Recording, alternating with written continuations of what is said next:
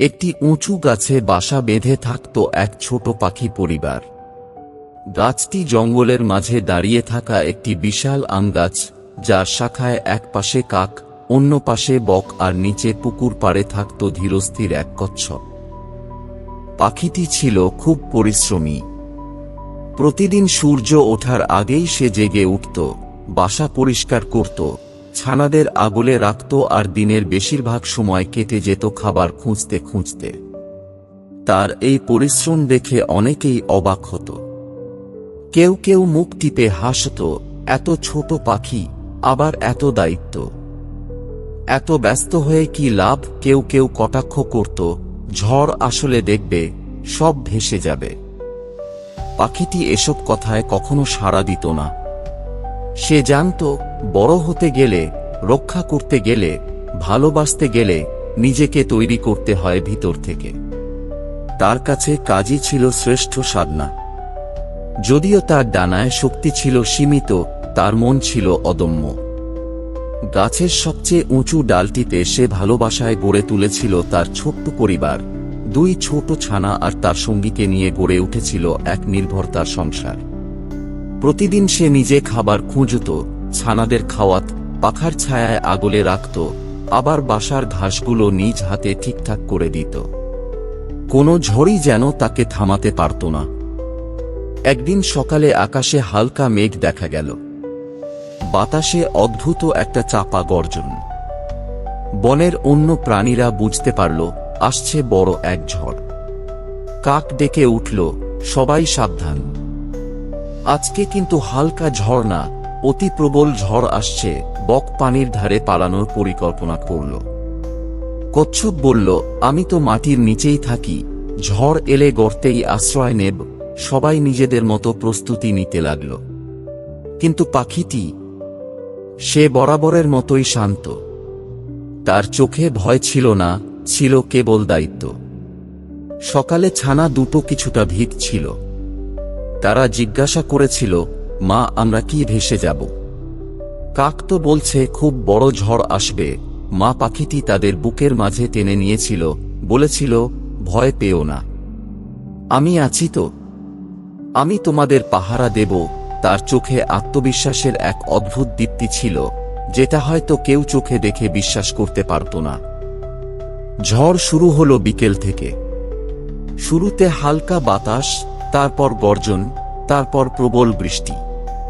গাছগুলো এক একটা যেন নেচে উঠল বাতাসের তোড়ে। কাক উড়ে পালাল, বক ধীরে ধীরে জলের ধারে আশ্রয় নিল, কচ্ছপ সরে গেল গর্তে। কিন্তু ছোট পাখিটি, সে রয়ে গেল তার বাসায়, ছানা দুটিকে বুকের নিচে আগলে। একবারও ভাবল না পালাবে, একবারও ভাবল না নিজের জীবন বাঁচাবে। তার কাছে তখন তার দায়িত্বই সব। তার ডানাগুলো দিয়ে সে তৈরি করল এক নিখুঁত ঢাল, যাতে বৃষ্টির ফোঁটা কিংবা বাতাস তার ছানাদের স্পর্শ করতে না পারে। সারা রাত সে বসে থাকল, একটুও না নড়ে। মাঝে মাঝে যখন বাতাসের ঝাপটা এসে বাসাটাকে কাঁপিয়ে তুলত, তখন মনে হতো এখনই বুঝি শেষ।